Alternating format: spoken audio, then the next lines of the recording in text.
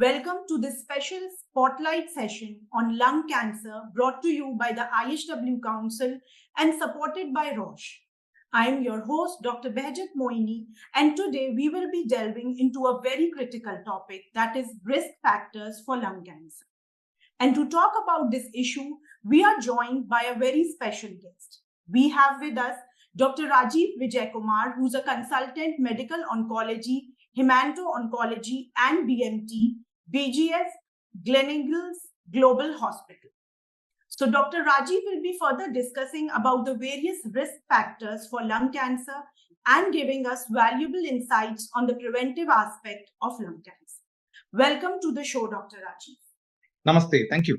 So, without further ado, we'll just start with the first question. And, Right. So talking about lung cancer risk factors, how would you explain what actually understand by risk factors and what is their significance when we specifically talk about lung cancer? The most important thing that we'll have to understand about lung cancer, it's like we all know that it's like the most common cancer in men in the world as well as in India. Apart from our head and neck cancers, the most common cause of lung cancer is smoking. 80 to 85% of lung cancers is caused by smoking. There will be another question that comes that how do you explain lung cancer in a non-smoker or in a lady who's a homemaker who's never touched a cigarette or never even seen a cigarette? How does she explain? Well, there are certain other environmental factors which are also there, but the most common is smoking. It took doctors almost 50 years for us to realize that smoking causes cancer. In the 1950s and 60s, doctors used to pose with a cigar or with a pipe in one hand and with their and then take their yearly annual photographs. So the doctors also didn't know. It took us that long for us to realize. Now that we know, there's a lot of educational material which is now being floated across, saying that smoking is the most common cause of lung cancer. Coming to other risk factors, when we talk about other secondhand smoke, because you yourself said that it's not women who are homemakers, who are not smokers, actually they can also get that disease. So what are some of the other risk factors? You've talked about how smoking is an important factor. What are some of the other risk factors that you can enumerate when we talk about lung cancer? Well, again, secondhand smoke, like you rightly put across, is a very important entity where most of us discount it. Like when with our friends, like, "Arey, yaar, it's okay. I'm not smoking. My friend's smoking. I just hang around with them." So that itself, the amount of smoke, because they actually smoke out the same. There are around 4,000 carcinogens which are there in tobacco smoke, which get into the lung. Some get absorbed, some come outside. It's there in the atmosphere. A secondhand smoker is probably inhaling the smoke of 3, 4 people who are actually smoking. So therefore, they will have a large number of carcinogens which enters into their body, and they would be at almost an equal risk as that of a smoker if he or she has been exposed for a long period of time. That is one thing, the secondhand smoke. Another important thing, something which we've hardly heard about, is something called radon. Have you heard of radon? It is a radioactive material. When I was reading about radon, and guess what? And where do we get radon? This radon is something that is just like a nuclear radionuclide material which is there everywhere, somewhere only in the nuclear medicine and nuclear sites. Wrong.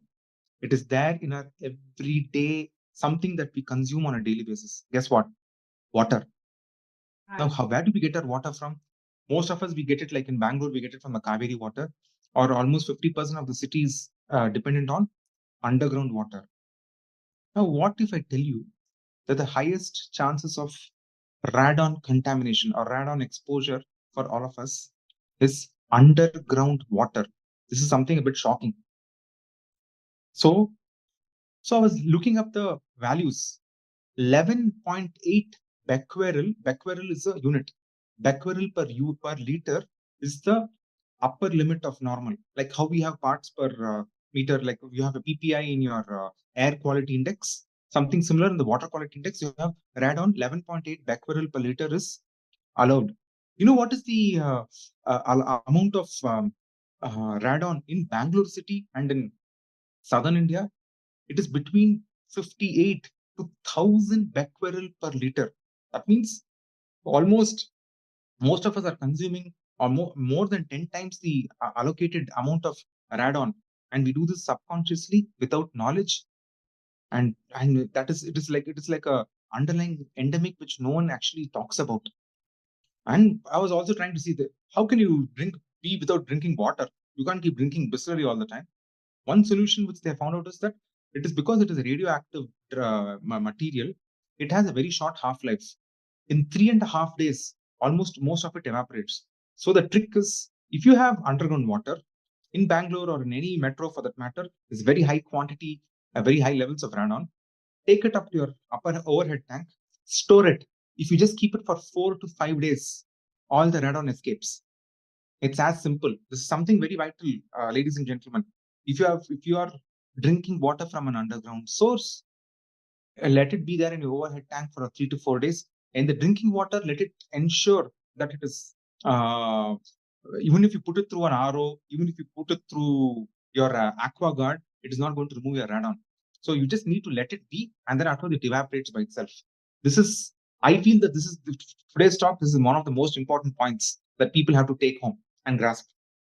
Right, right. That is a very important tip, Dr. Rajiv, that you need to store that water for 2 or 3 days. 4 days, right? And that will help it, It dissipates by itself, and that water becomes safe for consumption. Right, right. That is a very, very good tip that I'm sure our viewers must be taking from today's discussion. Coming back to, since you've talked about water contamination and being in Delhi, air pollution, AQI level, that is all over the news. So what about when we talk about other factors like, COPD, chronic pulmonary diseases, which are, aggravated by pollution in air? You think that is also an important, because we have talked about contamination of water. What about air contamination? I'm so sorry that I was in Delhi too a few years back. So now that you're there in Delhi, I can see it's like when I came down to Bangalore, I was choking because my body was used to polluted air. It's pure air, right? So, if water can get contaminated, imagine what can happen to the air. Yeah. That's something that we are breathing in and breathing out on every second. So naturally, all the pollutants, whatever, and especially in a place like Delhi where everything is stagnant, especially in this time of the year, all of those, everything, it is like adding a little bit of karma on a daily basis. So each of that would cause some amount of mutation. These mutations we generally call as missense or nonsense mutation. That is, it doesn't actually lead to a cancer, but it just changes. And with time, there is a 360-degree change and turnout in the mutation that can, and it is that one particular, it's called the two-hit theory, Knudsen's theory, where the one tick, that mutation changes and that turns into a cancer, and then it starts rapidly multiplying and proliferating. So when we keep accruing so many small mutations with the polluted air, polluted water, processed food that we consume, imagine like now you'll be seeing that permitted class 2 preservatives, then afterwards permitted flavoring agents. What is all this? This is all pure chemicals taken in that small quantity is not known to cause a cancer. But if taken regularly over a period of time, no one knows. They will not talk about it. So this is important for us as consumers. We need to know that any of these processed foods, when you see the dabba, you have a permitted class 2 preservative, and you have anything that is stored for a long period of time. All of these with time have a strong propensity to cause cancer. So processed food, anything that has chemicals inside your food, if you need to use chemicals to preserve your food, that is a very, very clear cut indicator that this has a chance of causing a cancer at some point in time in your life. Right, Dr. Rajiv. So you have, which was supposed to be my next question, when we talk about that shift to a more, healthy lifestyle where food does play a very important role. So coming back to other, because we have talked about these risk factors which are preventable, whether we talk about water contamination, air, or even processed food, as you pointed out. Correct. What about when we talk about occupational risk factors? You think lung cancer has that kind of risk factors to it? Yeah. So someone who's working in the tobacco industry, of course, at a higher risk. And then after some people who are exposed to asbestos, or for that matter, any hard heavy metal where there's a lot of chemicals in the air, or someone who's working in a factory where there is a lot amount of acetone, like in the paint industry. We know that all of these contribute to a certain extent to cause different types of cancers, and lung cancer being one of them. So anywhere there is large amount of chemical, anything that is not natural, you are at a higher risk for developing a cancer. So all of these industries, like for example, your cement industry, people who are working in the cement industry, that's why you use a lot of asbestos. There are asbestos tiles and roofings which people make. All of these people are at higher risk. And anyone who works in any chemical industry without proper gear, they're at a higher risk. They are at a higher risk of. Coming to genetics, do you think genetics play an important role, or is it a significant risk factor for lung cancer? This has been well oft researched. They have found very rare amount of connection that lung cancers can be genetic as well. Most of the times, lung cancers are known to be either tobacco induced or radon induced or sporadic. It is not known to be a genetic disease. Although there's some amount of data that is coming out that, like in EGFR mutant lung cancers, there could be a genetic preponderance, but those theories are few and far in between. They're yet to be ratified. So at present, if you look at unlike breast cancer and ovarian cancer and endometrial cancer and pancreatic cancer, prostate cancer, lung cancer technically does not fall under the ambit of a genetically passed on disease. Thank you, Dr. Rajiv. That really cleared the myths around lung cancer. What are the risk factors? Primary risk factors, secondary. Coming back to, you touched upon packaged foods. That is one point that I would want to elaborate on, because if you look at youngsters today, so even because we as adults also have become so busy, and there is this lifestyle change when we talk about urbanization, 2 minutes noodles and things like that have proliferated and changed our dietary habits, which were Very true. originally not so. Can you talk about how diet and nutrition play an important role when we talk about diseases like lung cancer? See, any of these diseases, this technically cancer has become a lifestyle disease. Unfortunately, a lifestyle one due to smoking, due to exposure to, like when you're in the urban area, you're exposed to so much more pollution when compared to the rural area. The rural area, you have a different set of pollutants which you are exposed to. Like most of the people in the rural area who actually use a lot of pesticides, they use a lot of fertilizers, a lot of pesticides. Even those things can damage your body in ways that you can't even imagine. So right from a lot of endocrine problems to a lot of different cancers and undiagnosable diseases, nervous breakdowns, psychological problems, all of these do cause. So lifestyle actually plays a very important. So most important thing I'm a founding member of one of an NGO called SPOC, Society for Prevention of Cancer. So we're trying to unravel what are the reasons and how can we prevent cancer, because prevention is the best form of cure. We've been actually doing a lot of research onto that as well. And one thing that we have realized, we started one oncology yoga sessions and therapies also in our hospital at BGS Global Hospitals, Bangalore, where we are incorporating yoga for all patients who are undergoing chemotherapy, radiotherapy, and surgery. Now, the next plan is that if it becomes successful, we know what yoga works for which cancer. And if the family comes with saying that, hey, you know what, there's a high chance of breast cancer in the family, we can incorporate the same mudras, the same yogasanas to those patients and see whether that can prevent, either, if not prevent, at least reduce the intensity of the cancer in these patients. So lifestyle is very essential. So people would say that, oh, I did yoga all my life, yet I had cancer. The fellow was there, that my neighbor, he's been smoking like a chimney all through his life, nothing happened. When that man gets his cancer, he will not last beyond a few months. Whereas the person who's had a good lifestyle, as if he or she develops a cancer, they develop cancers which are amenable to just targeted therapies like tablets or immunotherapies. They respond beautifully. They live longer. They respond to therapy better. This is very important. So even if you uh, uh, the fact that the question that might come in your mind is that, is there any merit in having a healthy lifestyle? So if I get a cancer, anyway, it's a death sentence. No, it is not. A person who's had a healthy lifestyle, the body is able to fight and tackle the cancer far more effectively when compared to a person who's not had a sattvic or a disciplined lifestyle. Right. And early diagnosis also play an important role. Absolutely. Right. Coming to lung diseases like COPD, like I mentioned before, you think they carry a significant cancer risk, lung cancer risk? So whenever a person with a COPD generally has been a smoker, or he's been like in our village in the rural background, they would have used chula for thing. But now, thanks to our present government and dispensation, we've done away with most of the chulas, and we're getting an LPG for most of them. So therefore, the chances of that is going to be lesser in the future. So kudos to the government for that. But moreover, so the COPD people are generally very poorly managed asthmatics or people who've been smoking. And the people who are smokers encompass a large percentage of the COPD. So once you're exposed to tobacco smoke, you have a high chance of developing a cancer.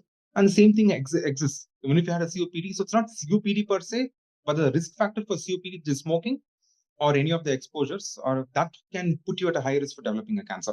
So coming back to lifestyle changes, Dr. Rajiv, we've basically covered how, food, nutrition, not having that processed food. And of course, you talked about yoga.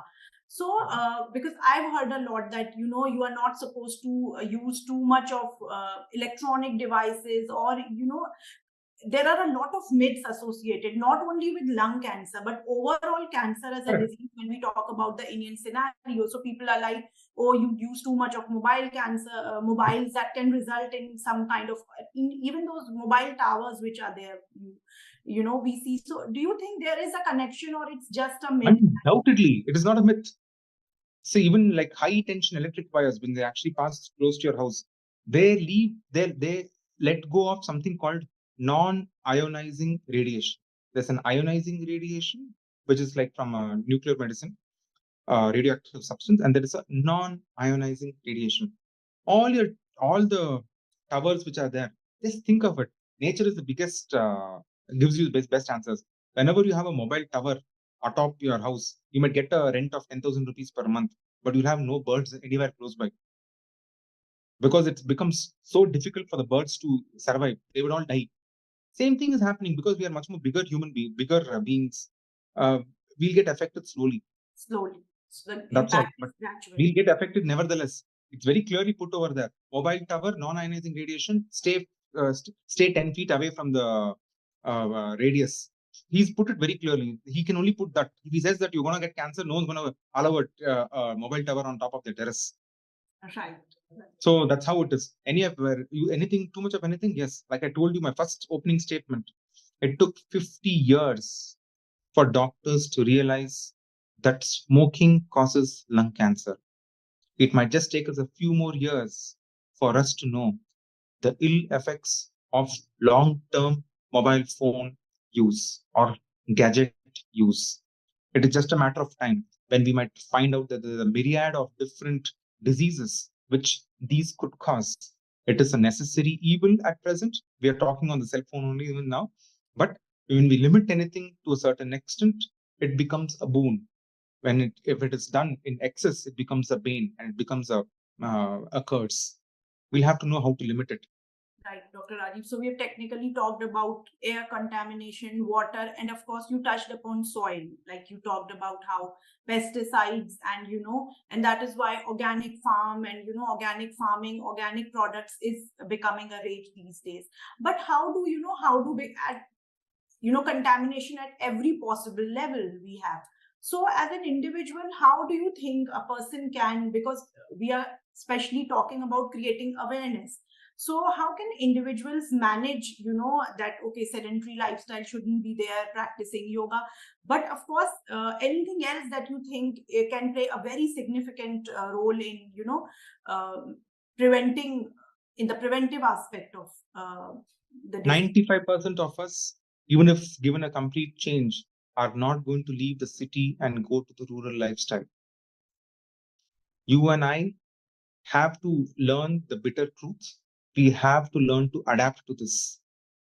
And when you are playing with fire, there's a very high chance that you will get burnt someday. It is a necessary truth. It is a bitter truth that we would need to accept.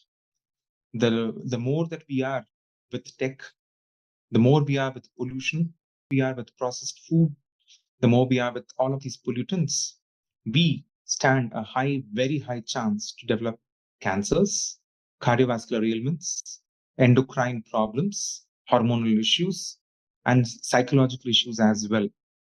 The only way we can handle it is that once we have to be aware that this can happen, and to keep ourselves mentally and think we need to do a large amount of yoga, try to eat as less as processed food as much as possible.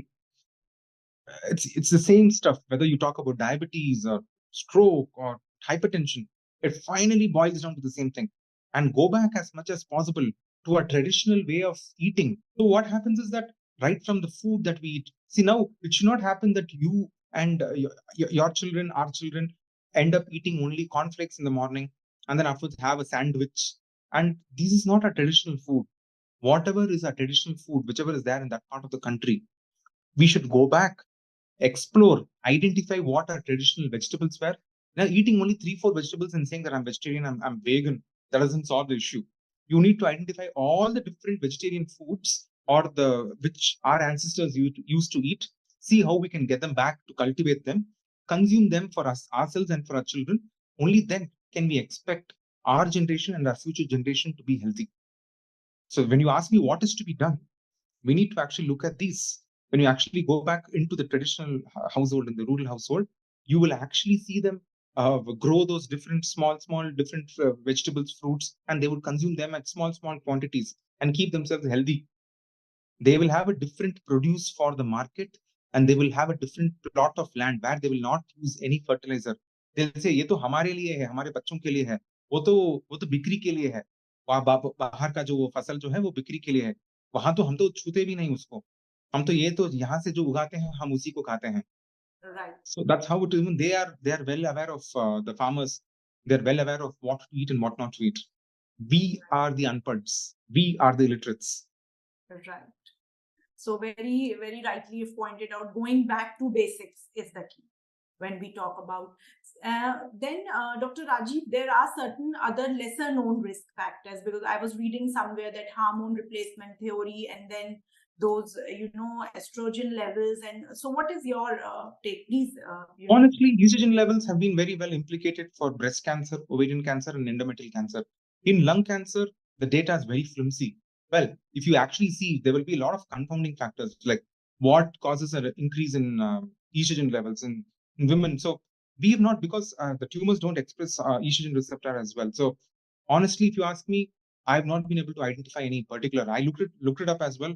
There's nothing too hardcore evidence saying that an excess of estrogen in the body can cause lung cancer. Yeah, it definitely can cause breast cancer and ovarian. So gynecological cancers, yes, but lung cancer, I've not found any hardcore evidence. Coming to the early signs, because in the when we were discussing about early detection, you pointed out that it is very important when it comes to your body responding to the treatment in a better manner.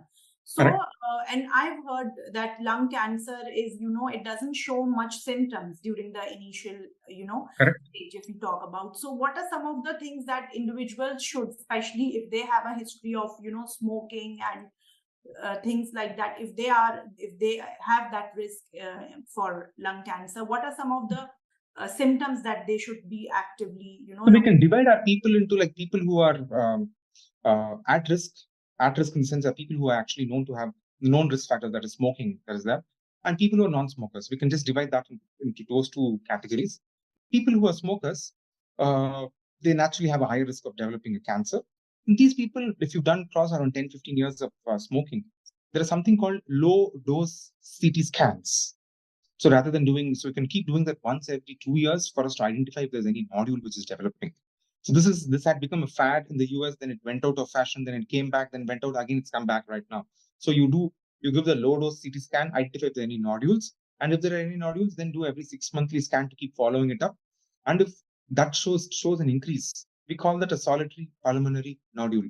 Then you work on it and see if that can be removed, because that would probably be the harbinger or how it starts off, the cancer starts off. So this is something that you can do. And in the non-smokers, honestly, you can't keep doing these scans on a regular basis, because you'll end up getting more radiation rather than trying to identify whether you're developing a cancer. How many cancers will you keep hunting for? So you, rather than that, you just live a happy life and don't break your head about it. And important symptoms: if you have any persistent cough more than 3 to 4 weeks, any blood in the sputum while you're coughing, any unexplained breathlessness, you'll have to, in our country, you'll have to think of tuberculosis, you'll have to think of heart problems, and you'll have to think of cancer. So that the Mula Mantra is 3 weeks.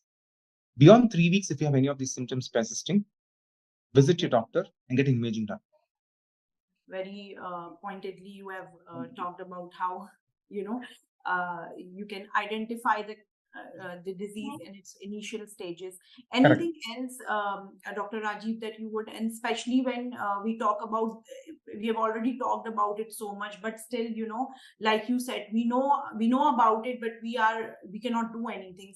So this would be especially for the younger generation who are, into smoking, and nowadays we see other forms of e-cigarettes, and they say no, it's not harmful, vaping, hookah, and all those things, because they think that it is something which is very in these days, and it'll make you look very cool and things like that. So what would be your message to especially the younger kids who are going for these things? The very most important, how did we all get influenced by cigarettes? We had one of our either the big macho man in cinemas who would come and would take a cigarette, like Talevar Rajnikant. He'll throw it, shoot it, then it'll go inside his mouth, and after he do it, you feel like, oh man, I'm cool if I smoke like that. That's how we all started, or our generation started, or our previous generation started smoking. But then after now, you have a cooler dude. You have a yo man, a yo Honey Singh kind of guy who takes a vape, and then afterwards he takes it and he just makes rings out of it and then does that. It all feels good. All of them look cool, but again, each of them have their own. Now, anyway, there's tobacco going inside. You're not having the tar. See, now in tobacco smoke, you have tar, then you have nicotine. What they say with vape and what they say with hookah is that the tar component is removed. It's only the nicotine component which goes inside. Well, you might not die of lung cancer very strongly, but you might end up dying of a heart attack very fast. Because when you beyond a few cigarettes, few drags, you'll end up that it feels nauseating because of the smoke.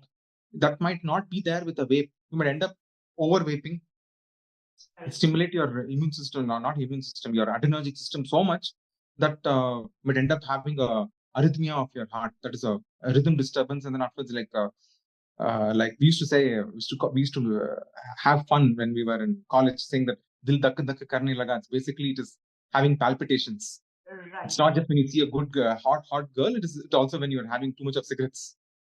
Right. So the same thing would happen when you start vaping or whenever e-cigarettes or any of those as well. It is just that certain ill effects are knocked off, but the majority of them remain.